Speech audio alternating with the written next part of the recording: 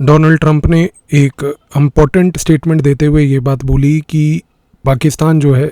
बाकी कुछ अन्य कंट्रीज़ की लिस्ट में वो भी एक स्टेट है जो न्यूक्लियर टेस्ट अभी कर रहा है। इस चीज़ को लेकर एक बहुत बड़ा डिबेट उठा कि क्या पाकिस्तान एक्चुअली में न्यूक्लियर टेस्ट्स कर रहा है सीक्रेटली या नहीं कर रहा है।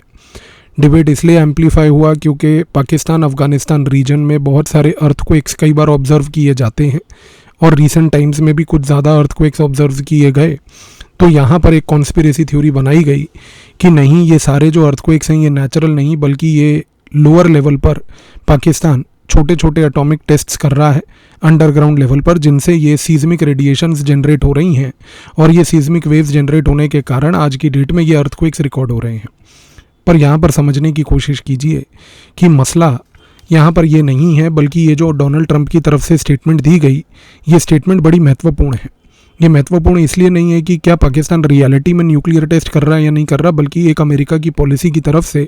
एक बहुत बड़ा शिफ्ट सिग्नल हो रहा है, जिस नज़रिए से अमेरिका इंडिया को और ख़ास करके साउथ एशिया में इंडिया को देखने की कोशिश कर रहा है। दो चीज़ों पे सबसे पहले गौर कीजिए कि अगर आज पाकिस्तान को न्यूक्लियर वेपन टेस्ट करने हैं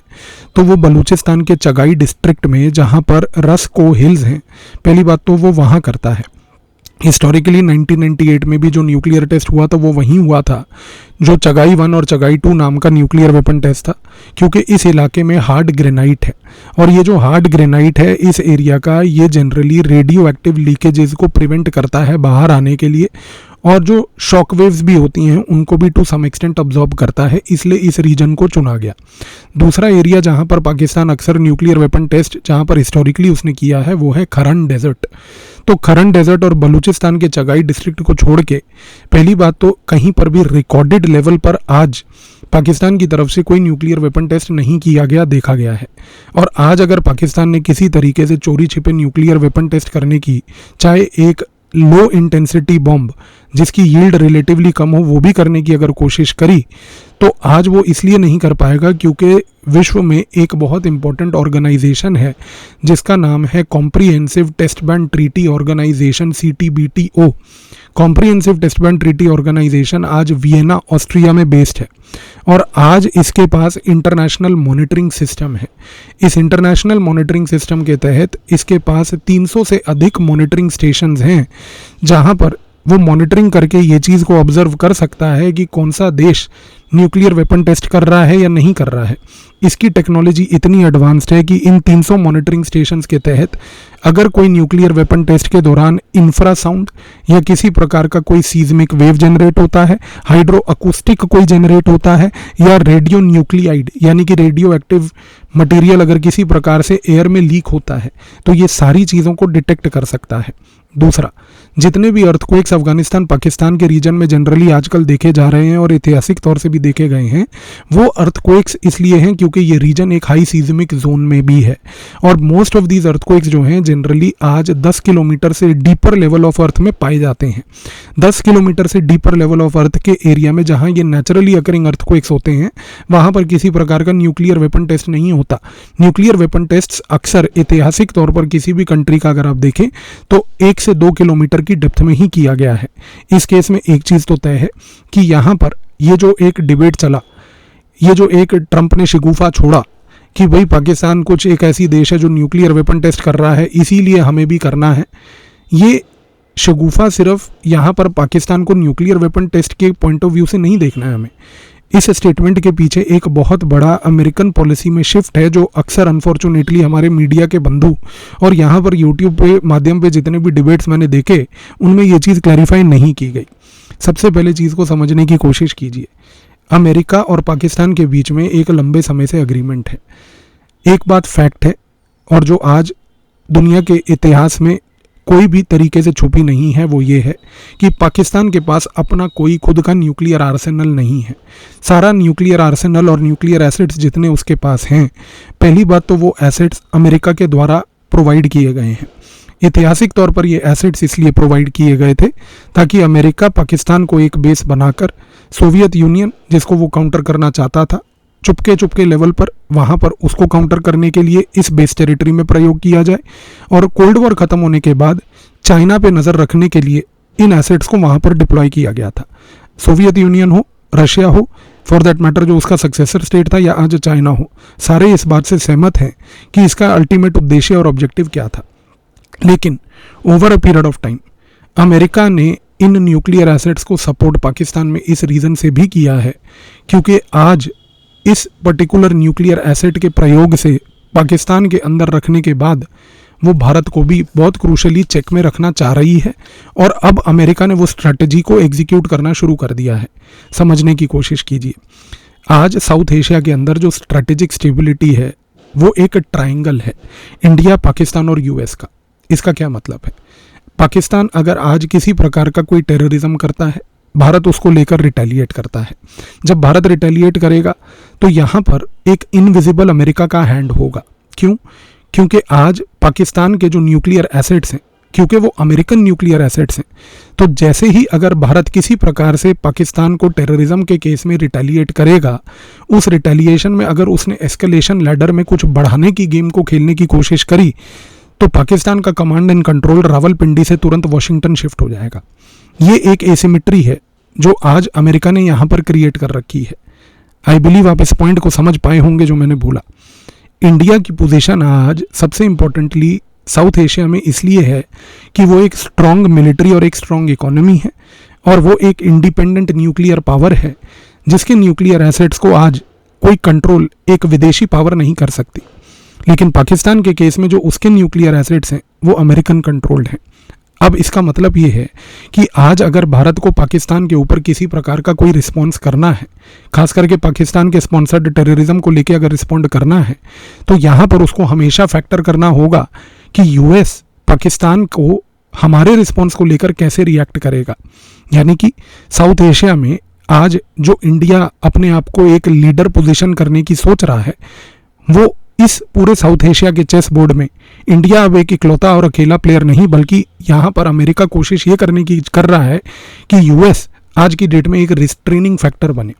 आप चीज़ को समझिए कि यूएस नहीं चाहता है कि इंडिया पहली बात साउथ एशिया में किसी प्रकार की लीडरशिप पोजीशन में आए। साउथ एशिया में आज इंडिया और चाइना दो ही मात्र ऐसी कंट्रीज़ हैं जिनके पास लेजिटिमेट न्यूक्लियर एसेट्स हैं। पाकिस्तान के पास इनलेजिटिमेटली डेवलप्ड न्यूक्लियर एसेट्स हैं जिनको अमेरिका के तहत रखा गया है। इन न्यूक्लियर एसेट्स का प्रयोग अमेरिका इसलिए कर रही है कि इंडिया के जो न्यूक्लियर एसेट्स हैं उनके ऊपर एक प्रकार की चेक रखी जाए। अब आप एक चीज़ को देखिए, अगर आज इंडिया इन न्यूक्लियर एसेट्स जो उसने बनाए हैं इनका अगर वो किसी भी तरीके से डेटरेंस के पर्सपेक्टिव से भी प्रयोग करे तो यहाँ पर यह देखा जाता है कि उसकी फ्रीडम टू एक्ट लिमिट की जा रही है। कैसे? अब मान लीजिए कि पाकिस्तान टेररिज्म करता है, भारत उसको लेकर रिटेलिएट करता है। अब अगर भारत रिटेलिएट करेगा तो एस्केलेशन लैडर ना बढ़े, इस चक्कर में अमेरिका इंटरवीन करके बोलेगा कि भारत आप ज़्यादा एस्केलेट मत करिए, पाकिस्तान को हम चेक कर लेंगे। अब ग्लोबली ये चीज़ एक डिप्लोमेटिक विन दिखाई जाएगी। और अगर आप देखें तो हाल ही में जो ऑपरेशन सिंदूर के बाद परिस्थिति हुई उसमें भी यही चीज़ देखी गई कि ऑपरेशन सिंदूर में जब भारत ने एस्केलेशन लैडर पे कुछ स्टेप्स ऊपर जाने की कोशिश करी तो अमेरिका ने तुरंत इंटरवीन करके बोला कि सीज फायर करो। भारत के ऊपर इस प्रकार से जब ये दबाव डाला गया तो एक चीज़ तो तय हो गई कि लोगों ने विश्व तौर पर इस चीज़ को बोला कि ये एक डिप्लोमेटिक विन है, पर ये डिप्लोमेटिक विन नहीं थी। अमेरिका ने ये सीज फायर का दबाव इसलिए डाला था क्योंकि उसको पता था कि उसके स्थित न्यूक्लियर एसेट्स जो भारत की तरफ से ब्रह्मोस का प्रयोग किया गया था उससे वो एक्सपोज हो गए थे और एक बहुत बड़ा एक्सपोजर हो सकता था जिसकी वजह से अमेरिका की ग्लोबल क्रेडिबिलिटी अफेक्ट हो सकती थी, क्योंकि वर्ल्ड ये क्वेश्चन पूछने लग जाता कि American nuclear warheads after all Pakistan में कर क्या रहे हैं। तो उस चीज़ को कवर अप करने के लिए ये पूरा सीज फायर का नाटक, और नाटक के बाद जो 40 बार से अधिक सीज फायर की बात बोलना, और कुछ लोग व्यक्ति जो भारत में भी हैं उसी ट्रंप के एजेंडा को बार बार पाकिस्तान के इस एजेंडा को कवर अप करने के लिए वही नैरेटिव भी चला रहे थे। लेकिन इस चीज़ को समझिए यहाँ पर कि ये कोई डिप्लोमेटिक विन नहीं है, बल्कि ये एक ऐसा स्ट्रैटेजी है जिसके तहत भारत का रिस्पॉन्स ओवरऑल रिड्यूस हो जाता है। अब जब हम बात करते हैं डेटरेंस की, डेटरेंस का सिंपल लैंग्वेज में मतलब ये होता है कि आप मुझे अटैक मत कीजिए, क्योंकि अगर आप मुझे अटैक करेंगे तो मेरे पास कैपेबिलिटी है कि मैं आपके ऊपर काउंटर अटैक करके आपको डिस्ट्रॉय कर दूंगा। आज जब हम बात करते हैं भारत और पाकिस्तान के केस में, अमेरिका ने साउथ एशिया में क्या करने की कोशिश की है। अमेरिका ने साउथ एशिया में पाकिस्तान को जो न्यूक्लियर एसेट्स प्रोवाइड करे हैं उसकी वजह से पहली बात तो वो भारत को रिस्ट्रेन कर रहा है। अब पूरे विश्व में एक इमेज ऐसी जा रही है अमेरिका के इस व्यवहार से कि पाकिस्तान तो पहली बात अपने न्यूक्लियर एसेट्स का प्रयोग नहीं करेगा। क्यों नहीं करेगा? क्योंकि वो न्यूक्लियर एसेट्स का प्रयोग अमेरिका उसको कभी करने नहीं देगी। इसका खमियाजा क्या हुआ? अगर विश्व में एक ऐसी इमेज अमेरिका पैदा जो करने की कोशिश कर रहा है, अगर उसमें वो सक्षम हो जाता है कि देखिए पाकिस्तान के पास न्यूक्लियर एसेट्स हैं, उसके न्यूक्लियर एसेट्स का प्रयोग हम होने नहीं देंगे। और ये पॉइंट पे गौर कीजिए कि जब अभी ये ऑपरेशन सिंदूर के बाद चर्चा हुई थी तो डोनाल्ड ट्रंप ने कई बार ये स्टेटमेंट दिया कि मैंने इन दोनों देशों के बीच में सीज फायर कराई ताकि ये लोग किसी प्रकार से कॉन्फ्लिक्ट को न्यूक्लियर लेवल पर ना ले जाएं। आपने इस स्टेटमेंट को गौर किया होगा। बार बार ट्रंप ने ये बात क्यों बोली कि एस्केलेशन न्यूक्लियर लेवल पर हो सकता था, दोनों कंट्रीज न्यूक्लियर स्टेट्स हैं। ये शब्दों का प्रयोग इसलिए किया गया क्योंकि अमेरिका विश्व में एक नैरेटिव ये देना चाह रहा है कि चाहे पाकिस्तान के पास न्यूक्लियर एसेट्स हों, जो कि हैं अमेरिकन एसेट्स ही, पर हम उनका प्रयोग उसको नहीं करने देंगे। इससे कॉन्सिक्वेंस ये होता है कि विश्व में एक इमेज ये बनती है कि फिर भारत को न्यूक्लियर एसेट्स रखने की क्या आवश्यकता। विश्व में देश दबाव भारत पे डालेंगे कि जब आपको पाकिस्तान के केस में ये बात पता है कि पाकिस्तान अपने न्यूक्लियर एसेट्स का प्रयोग नहीं करेगा, तो फिर आपको न्यूक्लियर एसेट्स रखने की क्या रीज़न है? और फिर आप न्यूक्लियर लेवल पर रिसर्च, खास करके वेपनरी लेवल पर रिसर्च और क्यों कर रहे हैं? इस कॉन्टेक्स्ट में अगर जब भारत बोलेगा कि मेरा ये फंडामेंटल राइट है as a right under the committee of nations in the world कि मैं कुछ भी करूं, तो इस चीज़ को लेकर काउंटर पैदा होगा। काउंटर पैदा ये होगा कि भारत तो अननेसेसरीली एक अग्रेसिव देश है। तो भारत की ये जो इमेज है, जो कि एक राइजिंग ग्लोबल पावर की एम्बिशन है, उसको अंडरकट करने के लिए ये स्ट्रैटेजी यहाँ पर एग्जीक्यूट की जा रही है। और सबसे बड़ी चीज़ को देखिए यहाँ पर कि पाकिस्तान को आज ये बात पता है कि कुछ भी हो जाए, चाहे वो जितनी मर्जी भारत के साथ उल्टी हरकतें टेररिज्म की कर ले, at the end of the day America उसको आकर बचा ही लेगा और पाकिस्तान के कंप्लीट डेसिमेशन को अमेरिका रोक ही लेगा, क्योंकि अमेरिका के हाथ में उसके command and control of nuclear assets हैं। इस रीज़न से आज अमेरिका की इस आड़ में और अक्कड़ में पाकिस्तान हमेशा भारत के साथ एक परमानेंट इम्बैलेंस क्रिएट करके भारत को अक्सर हर बार वो प्रोवोक करता रहेगा। आने वाले महीनों में अगर पाकिस्तान के द्वारा दोबारा से टेररिज्म भारत में किया जाए, और कुछ वीडियोस के तहत मैंने आपको बताया भी कि जैश ए मोहम्मद ने आज की डेट में ऑलरेडी एक वुमन विंग बनाने की कोशिश की है। अभी कुछ हफ्ते पहले ही मैंने आपको उस पूरी डिटेल्ड पिक्चर का भी खुलासा किया। अब आप समझेंगे कि ऐसा तो है नहीं कि पाकिस्तान अपने टेररिज्म को रोक दे। तो आज पाकिस्तान को क्योंकि ये बात पता है कि कम वॉट में अमेरिका मेरे को आकर हमेशा बचा ही लेगा, मैं भारत को जितना मर्जी प्रोवोक करूं, तो ये एक परमानेंट इम्बैलेंस आज की डेट में यहाँ पर क्रिएट हो चुका है। अब समझिए कि ये सारी स्ट्रैटेजी का लार्जर ऑब्जेक्टिव क्या है। अगर आप थोड़ी सी भी जियोपॉलिटिक्स की अंदाजे और जियोपॉलिटिक्स को समझते हैं तो आप एक चीज़ को समझेंगे, और वो ये है कि अमेरिका ने हाल ही में चर्चा करी है अभी चाइना के साथ एक G2 के कॉन्सेप्ट की। और G2 का कॉन्सेप्ट बड़ा क्लियर है। G2 का कॉन्सेप्ट ये है कि अमेरिका ये चाहता है कि अमेरिकन सब कॉन्टिनेंट में और ख़ास करके जो यूरोप है वहाँ पर पावर अमेरिका की और वेस्ट की रहे,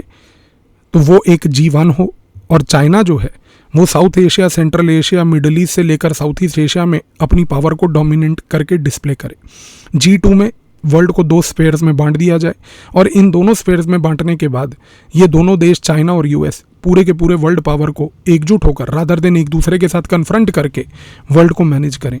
यहाँ पर सारा खेल यही है। आज इस स्ट्रैटेजी से समझिए कि अगर अमेरिका अपने न्यूक्लियर एसेट्स पाकिस्तान में रखता है,